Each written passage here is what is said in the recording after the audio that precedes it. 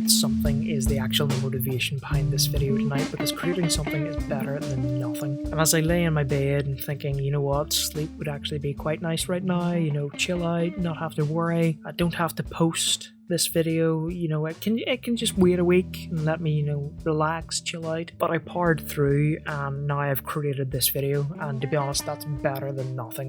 But anyway, philosophical stuff aside, our main focus today is my top 9 Instagram posts of the year. Usually at the end of the year, people use apps that show them their favorited photos on Instagram, or their most liked posted photos on Instagram. And by the end of the year, I should have posted 193 photos altogether this year. And I've been pretty consistent month after month this year, posting at least once every 2 days. Except in June, I liked posting in June. Apparently I posted nearly every single day in June, so yeah, go June. But this got me thinking, what happens if I posted every single photo I've taken? Because 193 isn't a reflection of all the photos I've taken this year. Because if I was to add up all the photos I've taken this year, that would include test shots, photos taken on my phone, personal photos of my personal and private life, failed attempts, blurry photos, mistaken photos. It would incorporate quite a lot. And then for some bizarre reason, I wanted to know if I had posted a photo every minute of the day for the full year, how many photos would that be? So I did some maths. And well, I would get 60 images an hour. And in 24 hours I would have 1,440 photos, and if I was to multiply that by 365 days of the year, I would have 525,600 photos in the year. And then this further made me think, oh, I wonder how many photos are posted a day on Instagram. I'll let you have a quick guess.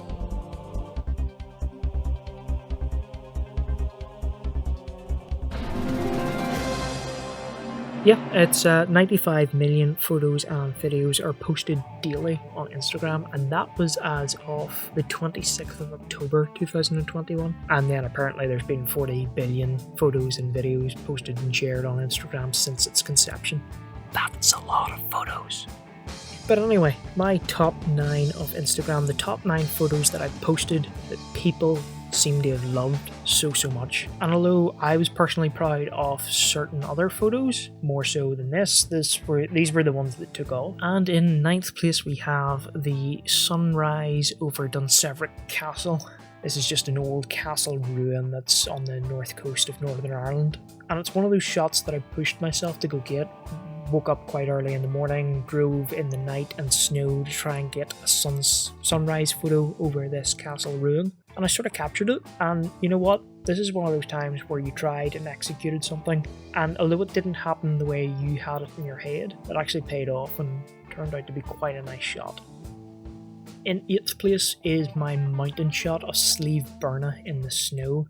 Now this was another sort of photo opportunity that pushed you out of your comfort zone a little. Well, I mean, the climb to the top of Slieve Burna was more out of your comfort zone. It was almost like vertical at one point on ice and snow, and having not climbed any mountains in quite some time, it was difficult to climb up it, but it was so worth it.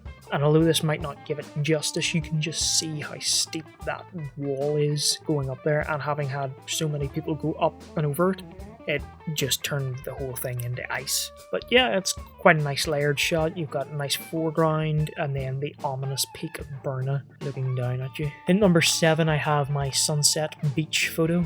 This was down at Sea Park in Hollywood. Again, it's quite a nice shot. I like the gradients going through the sky. The sun is perfectly circular. You've got a wee bit of action going on the waves. Your foreground is slightly blurred, but that's okay. I mean, the more you look at this photo, the more you see. Yeah, you probably could have chopped out the streak of the plane trail up there, but I mean, it sort of adds something to the image and lets you just linger on it for a wee bit longer. And you know, that's an example of a photo where I tried a different technique, getting low to the ocean to elongate that sort of streak reflection from the sun, and you know, that's something that paid off. In 6th place we have the train tracks.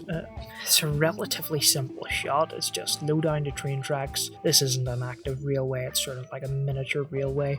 Again, it's one of those examples where I was tired that day, went out, shot a load of different photos in one location, and I wanted to go home, but this was like sort of slightly out of your way to go home, and I pushed myself to go get it. I think the fall colours were were coming in quite nicely, and yeah, it certainly paid off. In 5th place is the girl on the track shot, you know, that classic shot of the leading line of the railway track leading up to the girl lying on the tracks. Again, it was taken at the same time as the other shot, and it's just one of those ones where it actually paid off. Really like the actual framing on the left eye that you can see there, it's really in focus, and yeah, the way her hair fell and everything, it just actually turned into a really nice shot. There's nothing more I can say about this. There's nice detail in the rocks, nice detail in the hair. It's a really nice shot. In 4th place is this winter cold shot. I called it winter colds. I give my photos on Instagram a really strange titles sometimes, but again, this is another sort of fall themed photography shot. Really bright, vibrant oranges, and this was just a random shot that I lined up and took. There was no real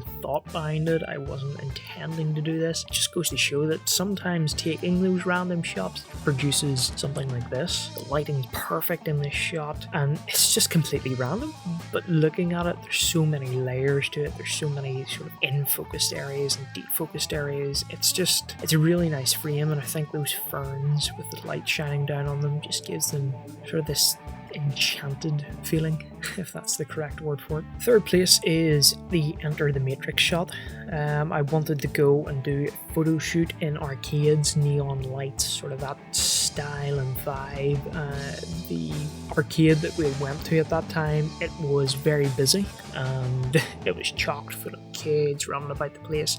It wasn't really appropriate to do a shot, and just as we were about to leave, I was like, you know what, there's a nice arcade shot there, go to the other side of it, I'll take one photo, see how it turns out. And well, this is how it turned out, and to be honest, really quite popular. In number 2 position is the Giant's Causeway, and this one took off. This one really took off. Just a nice simple exposed shot of the waves moving over the Giant's Causeway. I mean, I think I was there for the guts of maybe pushing on to about 30 minutes, just again, photo after photo after photo of long exposures to capture the movement of the water as the waves crashed up and over the rocks.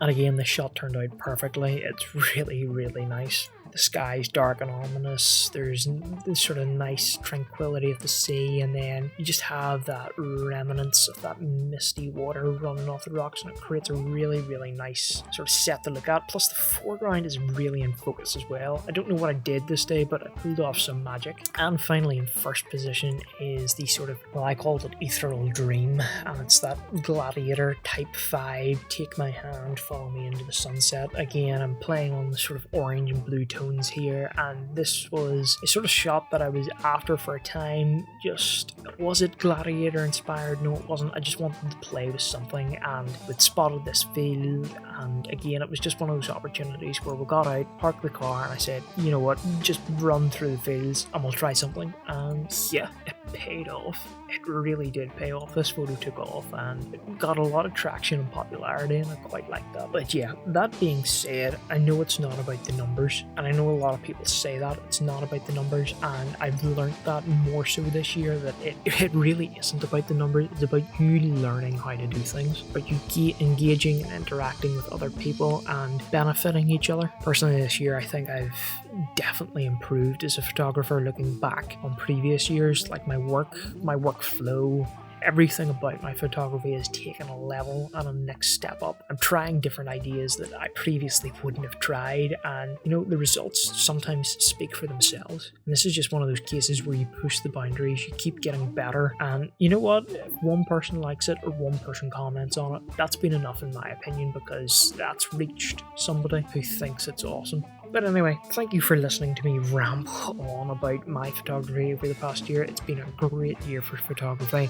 I'm really looking forward to the next year, getting out and trying different things. I did create a bucket shot list to try and complete this year, and maybe that'll be another video idea before the end of the year is out. I'll talk about the bucket shot list and see which ones I ticked off the list and which ones I didn't, but there's always next year to try and get the photos that I didn't get this year. Anyway, as always, please do leave a like on this video, guys. Please hit subscribe and come back for more content. Check me out on Instagram at Mr. Quinn Photography, and don't forget to use the hashtag MrQPHOTOS whenever you're posting photos onto Instagram, because shortly I will go onto that hashtag and look to see what other creatives are using that hashtag and sort of bring them into the fold, where I'll go online and look at their photos of what they've posted and see what other people are shooting, and sort of build that sort of integrated community. It's a really neat idea, and I think it's one that I want to back and get behind. But anyway, guys, thank you very much for watching, and I'll catch you in the next one.